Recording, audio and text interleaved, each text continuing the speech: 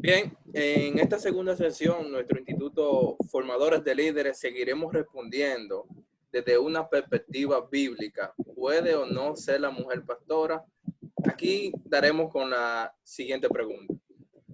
Muchas pastoras hoy en día se promueve el igualitarianismo, que el hombre y la mujer tienen la misma función en la iglesia, en la casa, basándose en el texto bíblico de Gálatas 3:28, que dice: ya no es judío ni griego, esclavo ni libre, ni hombre ni mujer, sino que todos son uno solo en Cristo Jesús.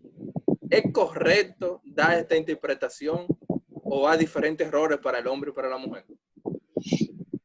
Ok, primero, es correcto afirmar la realidad que representa el cristianismo en lo que tiene que ver con la armonía relacional entre los sexos. El apóstol Pablo resume todo lo que implica el pensamiento cristiano en términos sociales en Gálatas 3:21, cuando dice que en Cristo no hay judío ni griego, no hay esclavo ni libre, ni hay varón ni mujer.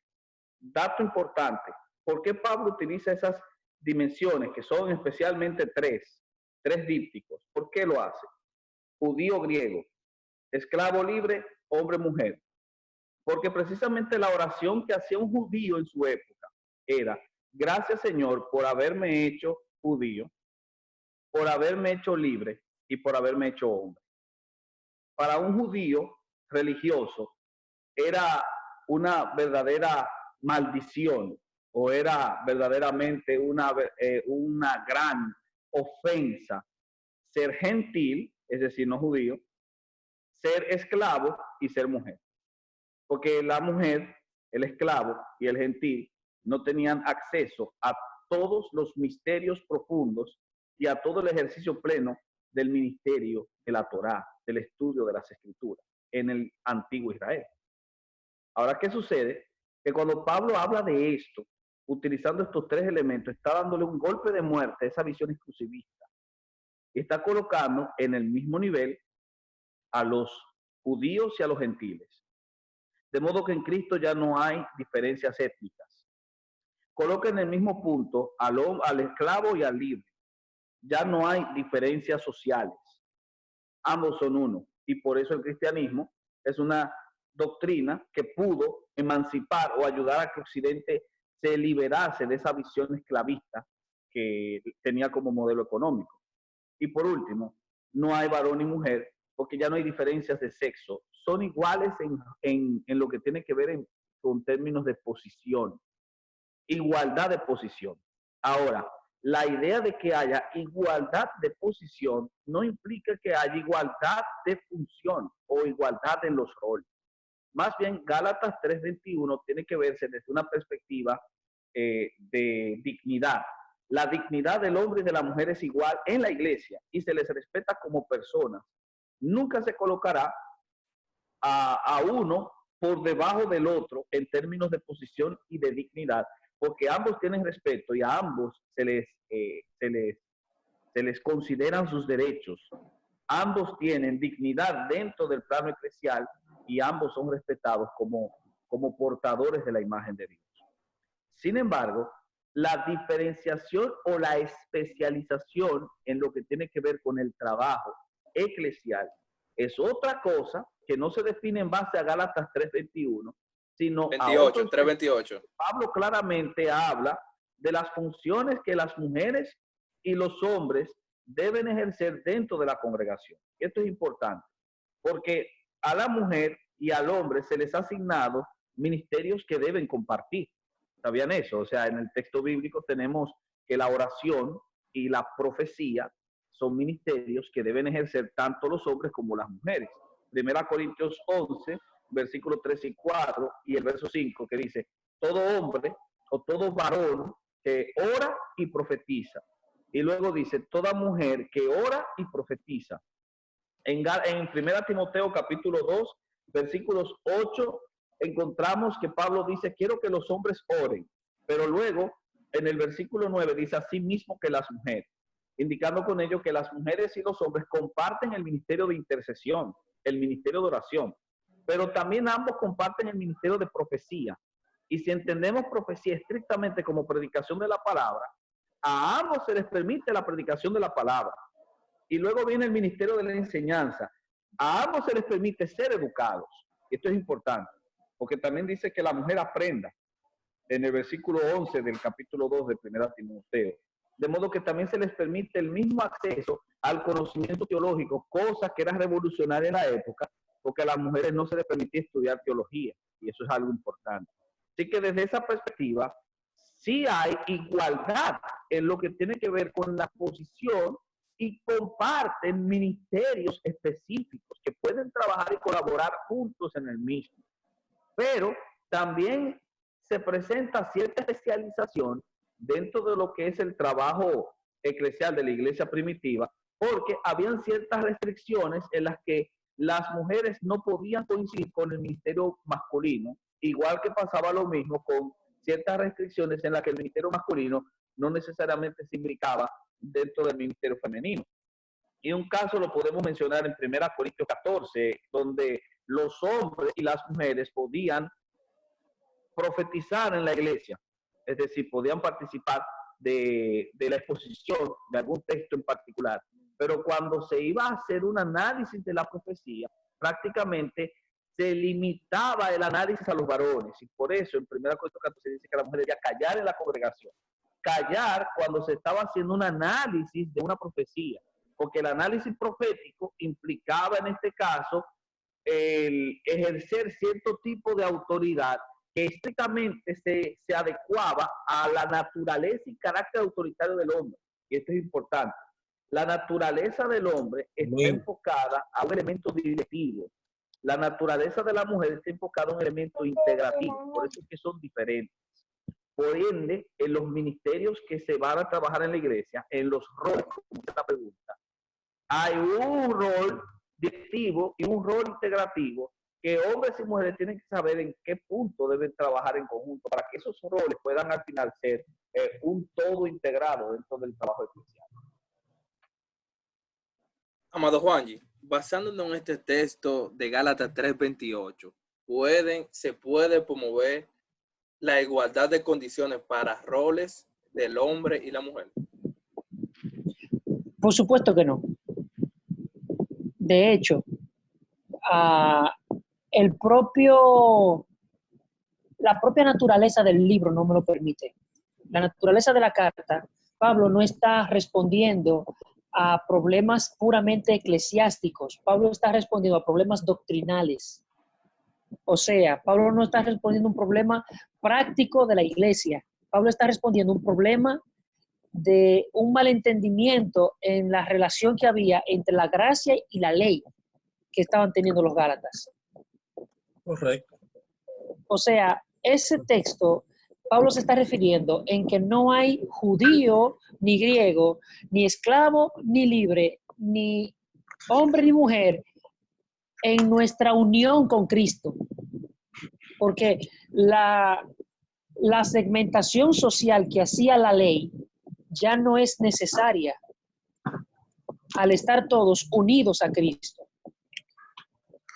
Un texto que se debe de utilizar para cuestiones de teología práctica en la iglesia sería 1 Timoteo, que dice así mismo: estas cosas te escribo para que sepas cómo debes conducirte en la casa del Dios vivo.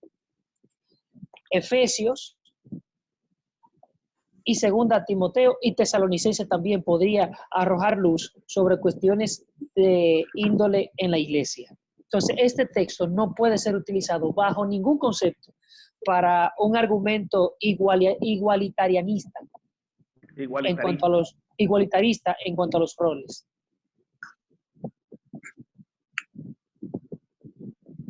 Tengo una pregunta. Sí, dígame, amado.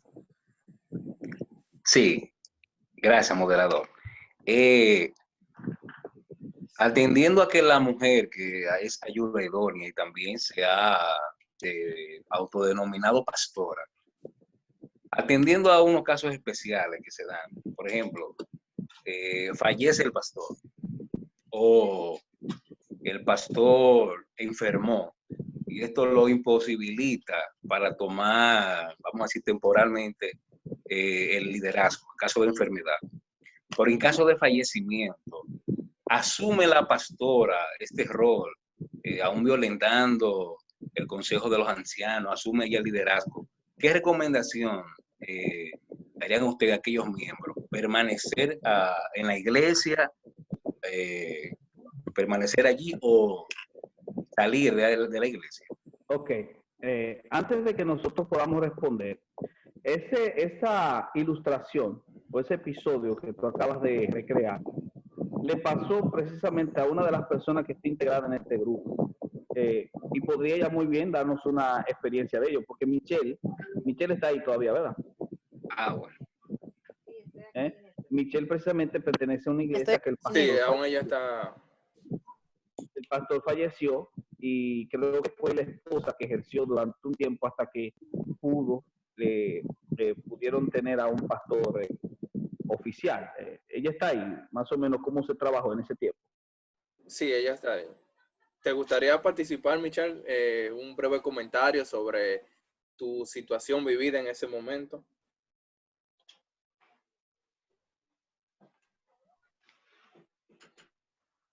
Parece que ella no nos está escuchando. Ok, bueno, está bien.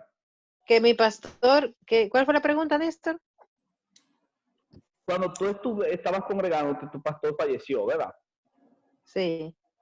¿Y quién ejerció el pastorado cuando él falleció inmediatamente? Su esposa. ¿Por cuánto tiempo? ¿Por cuánto tiempo ya lo ejerció? Bueno, ella lo ejerció creo que por 1 año, me parece. Su esposa, que también era la pastora en ese momento. Luego el pastor juvenil pasó a ser el pastor que es pastor actualmente. Ya creo que van algunos 8 años, 10 años. Durante ese tiempo, ¿cómo la iglesia pudo manejar la situación? Bueno, se manejó bien. En ese momento estábamos, tristes. Apoyamos 100% a la pastora. Mucha se manejó muy bien porque ella trabajaba junto con el pastor. Ella tenía su parte en cuanto a la organización, en cuanto a muchas partes, muchas cosas. Entonces fue fácil seguir con ella porque ella siempre estaba al lado del pastor. O sea, ella no es, por ejemplo, en la iglesia que yo estoy ahora aquí, en España, él es el pastor. Ella, cuando yo le digo pastora, ella me dice, no, yo no soy pastora, es él. Entonces, eso como que es un poquito chocante para mí, porque para mí cuando el esposo es pastor, la esposa es la pastora. Entonces, ella se encuentra como un poquito, como, como, qué sé yo, como desliada del asunto, como un poquito aislada. Entonces, ella sí, bueno, alguna gente le dice pastora y ella hace algunas cosas, pero no fue lo que yo vi con la pastora Oneida, que ella asumió la iglesia, siempre vivía haciendo, o sea, todo lo que, como si fuera la esposa, o sea, la esposa, y ella hacía todo lo que el hombre no hacía. Entonces, fue muy fácil cuando el pastor murió, o sea, fue triste y todo, pero fue fácil acogernos a ella y asumir las órdenes que ella daba. Y nada, luego ella le dio liderazgo al pastor Osmani, no recuerdo por qué, pero ella como quiera siguió siendo la pastora, o sea, ella siguió teniendo su parte como pastora y siempre estuvo ahí hasta hoy. Okay. Disculpa, querida, ¿te puedo hacer una pregunta?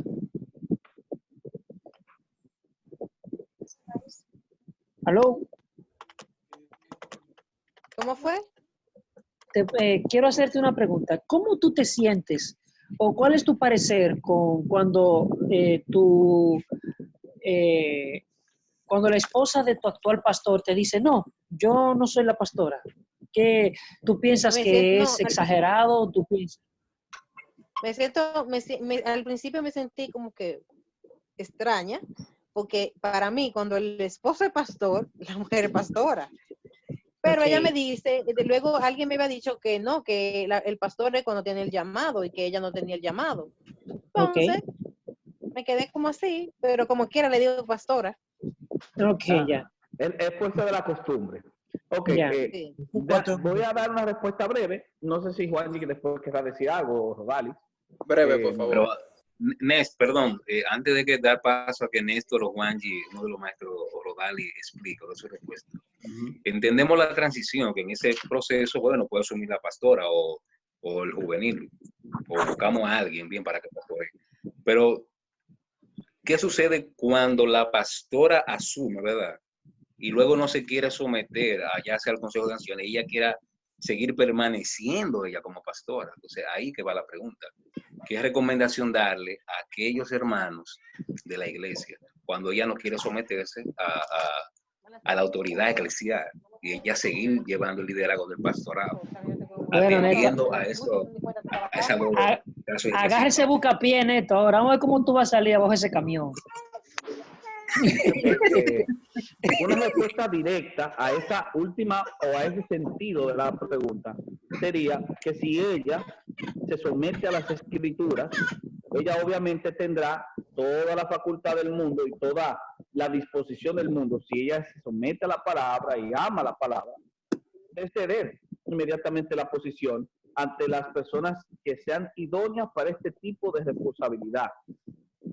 Si no lo hace, entonces es una persona que desea enseñorearse de la grey, y ya la Biblia es muy clara respecto a que el verdadero pastor no se enseñorea de la grey, porque la grey es de Cristo. Una persona que Amén. tenga hambre y deseos de popularidad, de promoción, de utilizar la iglesia como una plataforma para ejercer control o para crearse un nombre, obviamente no es un verdadero pastor / pastora. Claro que no, porque obviamente sus objetivos son muy privados. Desea directamente convertirse o erigirse en una especie de figura autoritaria. Y la concepción del pastor no tiene nada que ver con autoritarismo ni con jefatura. Eso es importante. Así que directamente se le diría, no solamente a la congregación, a ella misma como tal, que si no está deseando ceder la posición ante una persona que es idónea al trabajo, entonces obviamente se descalifica a sí misma como líder de esa congregación. Escúchame, Ahora, Néstor. ¿diga? Escúchame, Néstor. Puntualizando algo o apoyando lo que tú dices. El problema con la pregunta de Arturo es que presupone que el pastorado es hereditario. Sí, es un problema. El pastorado no es hereditario. Claro, el pastorado es la congregación. Tiene un retrato hablado en las Escrituras, en 1 Timoteo, de cómo debe de ser aquel que aspira al obispado. Y ese retrato hablado es que la congregación agarra, mira y valida a aquel que lo anhela. De hecho, es importante Entonces, en ese punto, amado, porque la congregación es la que elija a su pastor, ese es el punto. desde una perspectiva congregacionalista. Ahora, depende de si la iglesia tiene una estructura que no es congregacional. Si la iglesia es episcopal o sigue una línea episcopal en el sentido de que es un líder en particular sobre el cual está rodeada toda la congregación, ya se hace más difícil, porque en ese tipo de estructuras generalmente hay una concepción hereditaria y lo vemos prácticamente en muchas como tal. Pero claro, Biblia, que varón. no es una perspectiva bíblica. Y una iglesia que se maneja de ese modo es más católica, porque la visión papal es una visión episcopal. Es más católica que evangélica, es más católica que cristiana. Varón, en una iglesia que pase un suceso así, me indica que el pastor que murió le hace falta mucha Biblia. Y no solamente eso, que es otra cosa importante y es necesario.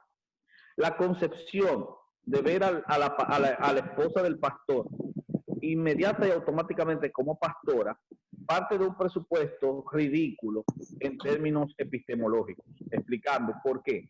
Porque la profesión mía no hace que mi mujer comparta mi propio grado profesional. Es decir, la esposa del doctor no es una doctora. No es doctora, claro. La esposa del profesor no es profesora. Eso se cae de la mata. No es psicólogo. Tiene que pasar por el mismo grado de entrenamiento y también por el mismo sentido de vocación. Eso es importante. Podrían sí un psicólogo tener a una esposa como psicóloga, por supuesto, pero ella llegó a esa profesión motu propio, no por acción de haberse casado y heredado el título por razón del esposo, como se hereda el apellido. Que la mujer cuando se casa inmediatamente asume el apellido del marido. El ministerio pastoral no es una cuestión tan banal como la de un apellido que se puede heredar o traspasar. Y eso es importante. ¿Se entiende esa parte? Sí, en este momento demos la oportunidad de hablar a nuestro querido maestro Rodali Claro, dejen hablar Rodal. Amén, hermanos. Miren, de acuerdo al modelo que se sigue en la actualidad en aspectos ministeriales, cuando el pastor muere en la iglesia, lo único que nos falta es reunir a todos los candidatos, entrar en una especie de consenso, luego que elijamos uno, poner los papelitos y que el humo blanco salga. Porque lo que tenemos es un Para que sea más católico. claro, para que ya nos identifiquemos. Porque ese modelo a eso es a lo que apunta, queridos. No te rías, hermano Juanji, que es así. ¿Por qué? Porque hemos abandonado los principios escriturísticos. Mire el texto que usted plantea, hermano Manuel Polanco. El texto que usted plantea es un texto que contextualmente está fuera de lugar para decir que la mujer y el hombre tienen la misma función en cuanto a ministerio, cuando ni siquiera el mismo texto se presta para eso. De modo que ahí lo que vemos es una interpretación megalaganaria, ¿verdad? Y burda de un texto, hermano, que está hablando de un tema en específico. Entonces, si nosotros no volvemos a las escrituras, vamos a seguir en lo mismo. Nuestra hermana Michelle, que está allí, ya tradicionalmente, ella entiende que la esposa del pastor es la pastora. Sí, y eso tradicionalmente está sembrado en la mente, en nuestro contexto cultural. Ya eso está sembrado y no podemos quitarlo ya. ¿Por qué? Porque a veces hasta miedo sentimos de eso. Y esta pastora que te dice, bueno, varón, que usted esté de acuerdo o no, pero a mí Dios me llamó. El Señor me habló en visión. ¿Tú entiendes? Y abandonan los principios escriturísticos por una supuesta revelación que Dios le dio. O sea, nosotros tenemos que estar claros en ese sentido. Dios le bendiga. El varón. Antes de cualquier otra cosa, Sí. El evento que ha retratado de una manera tan trágica el hermano Arturo, en una iglesia Bastante que trágico. tiene una estructura sólida, generalmente ese tipo de situaciones no se presentan así. Porque, como dijimos que estamos hablando de que el pastorado es un equipo de trabajo, se supone que si muere el pastor que preside a ese equipo, siempre habrá una opción con la cual contar porque se tiene un equipo de trabajo. Ese equipo de trabajo es un equipo copastoral. Generalmente las iglesias que trabajan de ese modo no tienen un solo pastor, tienen hasta 3 pastores. Muere uno, obviamente no hay escasez de trabajo. Si en dado caso no se tuviese esa estructura sólida, es porque la iglesia no trabajó en ello. El liderazgo no trabajó en formar esa estructura. Y eso entonces es criticable desde ese aspecto. Pero si en dado caso ocurre porque la iglesia era reciente, estaba creciendo, y obviamente no contaba con la estructura de liderazgo necesaria para cuando se presentara esta situación, bueno, podría darse el caso de que si la mujer del pastor estuvo muy involucrada en el proceso de trabajo, lo haga y sea más sano para esa congregación la transición a otro liderazgo masculino. Porque en este sentido la bisagra que representó el trabajo de la esposa del pastor, que ahora se ve como pastora de la congregación, ayudó a subsanar la situación en particular. Pero claro, sería sano y bíblico que no se arrojase el título. Porque es ahí donde está el problema con ese planteamiento de bisagra. Ella lo que debe de fungir y asumir el rol de manera temporal, pero brevísimamente, y no arrojarse el título. Que fue creo lo que pasó en ese caso, que lo hicieron de manera breve y por esa razón la iglesia pudo y mucho más por el hecho de que estaba muy emparentado con ella y de que parece que ella había ejercido un trabajo. No simplemente fue mujer del pastor, sino que también se involucró en las actividades, que es lo que se pretende que la mujer del pastor haga. Porque el que la mujer del pastor no sea pastora no quiere decir que ella no participe dentro de un equipo de colaboración de trabajo y que se involucre con la iglesia. Que es lo que volvamos al principio. La esposa del pastor es una ayuda idónea del pastor. Bien, ya respondimos desde una perspectiva bíblica que no podemos tomar el texto de Gálatas 3:28 y decir que el hombre y la mujer tienen la misma función en roles. Ahora bien, vayamos a la otra cara de la moneda.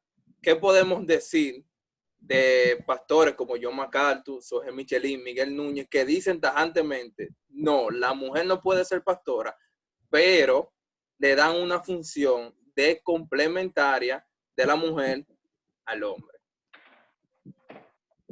Es breves, amados hermanos. Es que es el modelo bíblico. Primero, cuando tú vas a los requisitos para el obispado, aparece marido de una sola mujer. O sea, la idea de irreprensibilidad que aparece allí no estaría completa si el hombre no es marido de una sola mujer. Él no estaría enteramente capacitado. E incluso, quiero tomar el ejemplo de una iglesia que encuentro que en ese aspecto es enteramente fiel a la Escritura. Y en otros aspectos más también. Y es la Iglesia Bautista de la Gracia. Cuando ellos cada cierto tiempo hacen elecciones para admitir nuevos pastores. Y cuando ellos quieren proponer a un hermano, ellos hacen una reunión con él y con su esposa. Y si la esposa no está de acuerdo con que el varón asuma el pastorado, no lo dan. No, es correcto, es correcto. Es ahí el punto. Hasta dónde se valora el testimonio o la aprobación de la mujer. Eso es. Hasta dónde se cuenta con su opinión. O sea, la mujer es un complemento tan básico y tan elemental en la vida del pastor que mira hasta el punto en el cual se tiene en cuenta su opinión, ¿no? Y su trabajo, porque al final de cuentas el pastorado va a involucrar a la familia.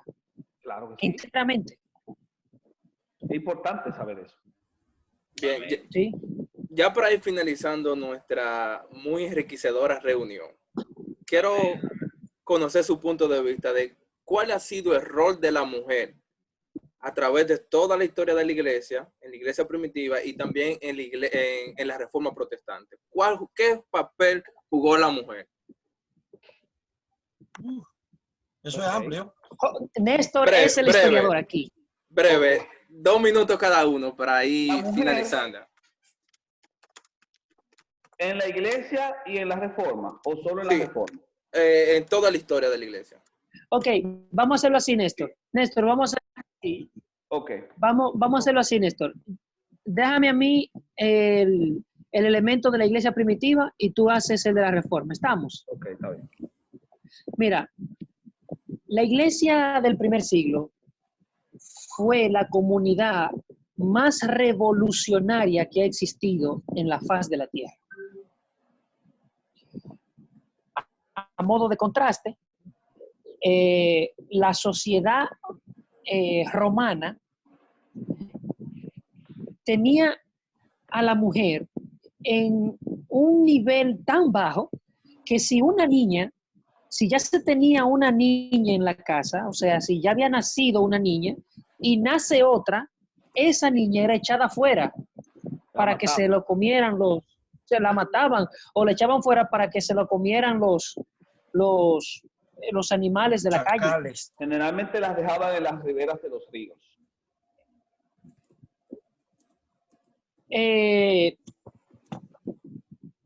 La mujer per se no tenía derecho aparte del que el marido quisiese que tuviera. La mujer era una propiedad del marido. No tenía derechos aparte del marido. No se veía como un individuo per se ante la ley ni ante la sociedad. El cristianismo hace que eso sea enteramente revolucionado.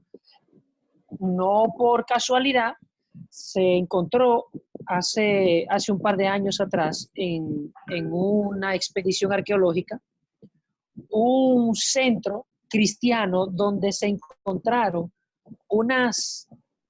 por cada túnica de un hombre se encontraban unas 16 túnicas de una mujer. Las mujeres, al ver cómo el cristianismo, esas túnicas de diáconos, importante eso.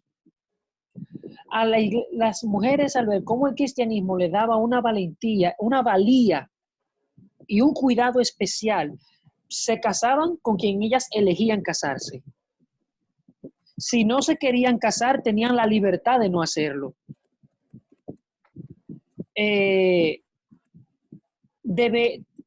Por doctrina, la iglesia debía de cuidar de las viudas. Se le daba la oportunidad para que las mujeres que habían perdido a sus maridos como viudas o que por X o Y razón podrían volver de nuevo a rehacer su vida con un nuevo matrimonio en la iglesia primitiva. Eso era algo revolucionario para la época. El cristianismo le dio a la mujer una valía y una dignidad que no se ha vuelto a ver jamás en la historia antigua. Okay. Eso por esa parte. En ese sentido, ¿cuánto tiempo tenemos? 3 minutos. ¿Cuánto? 3. Okay. Recuerden que Heidi no ha preguntado y quiere preguntar ella, quizás. Entonces, Sí. En este caso, yo podría dar la respuesta después de la pausa. Excelente. Muy bien. Conéctese con nosotros que seguiremos respondiendo de una manera bíblica. ¿Puede o no ser la mujer pastora en la iglesia?